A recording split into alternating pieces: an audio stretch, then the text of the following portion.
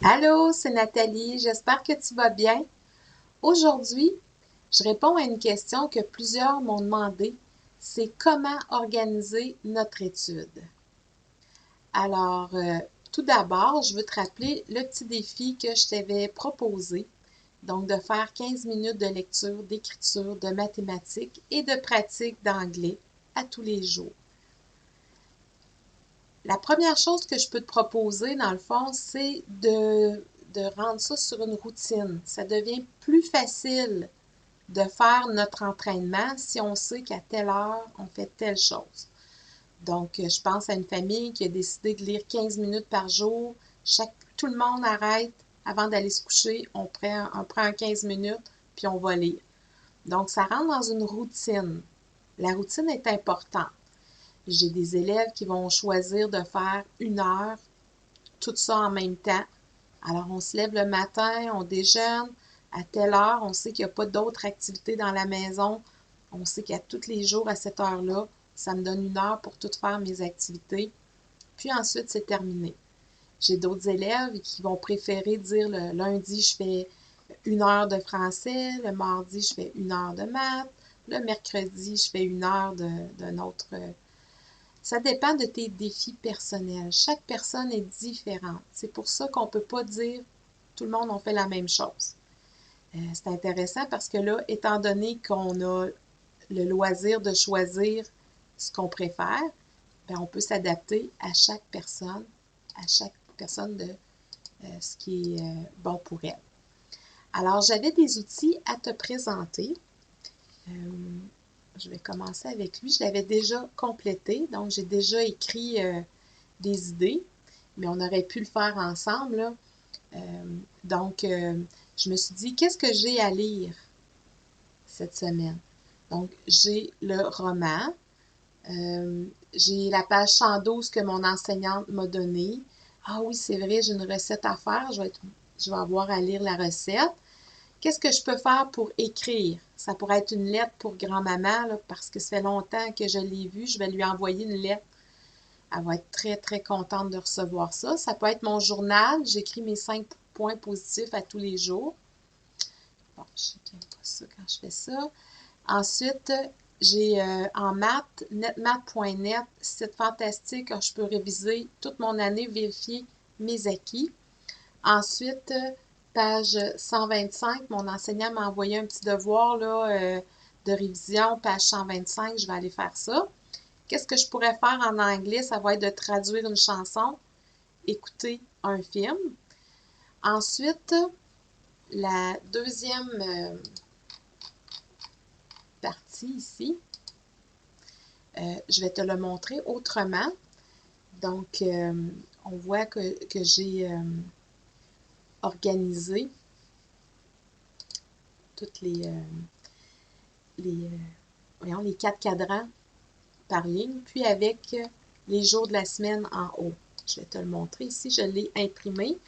Je l'ai mis dans une feuille de plastique, un peu comme l'autre tantôt, là, tout à l'heure. Tu vois, j'aurais pu les écrire aussi là-dessus, puis les effacer à chaque semaine. Ça peut être un outil chaque semaine, ou pour le mois, ou pour 2 semaines, peu importe. Donc, le même outil que je t'ai montré tout à l'heure, là, j'ai placé mon roman, je vais le faire ces journées-là, puis la recette, ça se pourrait qu'elle soit en même temps que cette journée-là ici, la recette. Donc, au fur et à mesure, je place les choses que je voulais faire.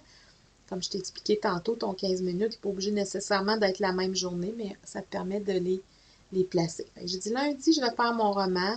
Mardi, le roman, la recette. Mercredi, la page 112. La lettre à grand-maman. Puis mon journal, bien ça, tiens, je vais mettre un J parce que je le fais à tous les jours. C'est important avant de me coucher ou dans la soirée, j'écris mes 5 points positifs, qu'est-ce que j'ai fait de le fun. Fait que ça peut être quelque chose que je fais à tous les jours. Ensuite, je fais ma page 125, puis NetMath, ça aussi, hein, je fais ça aux 2 jours. Tiens, je vais vérifier mes acquis en maths. Donc, j'organise mon horaire. Je vais aussi te le partager en format Word. Donc, c'est comme ça. Je vais placer bien te permettre de voir. Le troisième outil. Le troisième outil, très intéressant pour les élèves qui ont des difficultés scolaires parce que il y a quelques matières qui vont être, que le jugement va être porté par l'enseignant.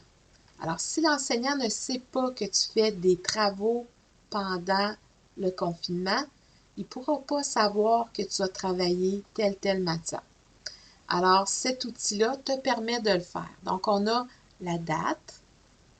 On a ici, est-ce que le travail est demandé par l'enseignant ou si le travail est demandé, c'est pas demandé, mais qui est un de mes défis personnels. Je vais te le grandir ici. Ensuite, ici, on peut choisir ce qui sera en fait, on pourra le cocher, enseignant ou défi. Fait que là, disons qu'on commence. Le 13 avril, lundi, j'avais décidé qu'on voyait le roman. C'était un défi personnel. La matière, j'ai écrit lecture, j'aurais pu écrire français. Est-ce qu'il est terminé? Bien là, il n'est pas encore terminé, donc je me donne jusqu'au 20 avril pour le terminer.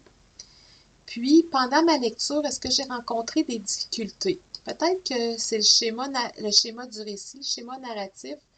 C'est vrai, j'avais vu ça en secondaire 3, schéma actentiel ou schéma du récit, peu importe. Donc, j'essaie de retrouver ce que j'ai appris à l'école, puis des fois, si te revient des petites questions, tu peux les écrire ici. Donc, ce que ça va faire, c'est que par la suite, tu pourras l'écrire, tes défis. Je vais te montrer comment plus tard.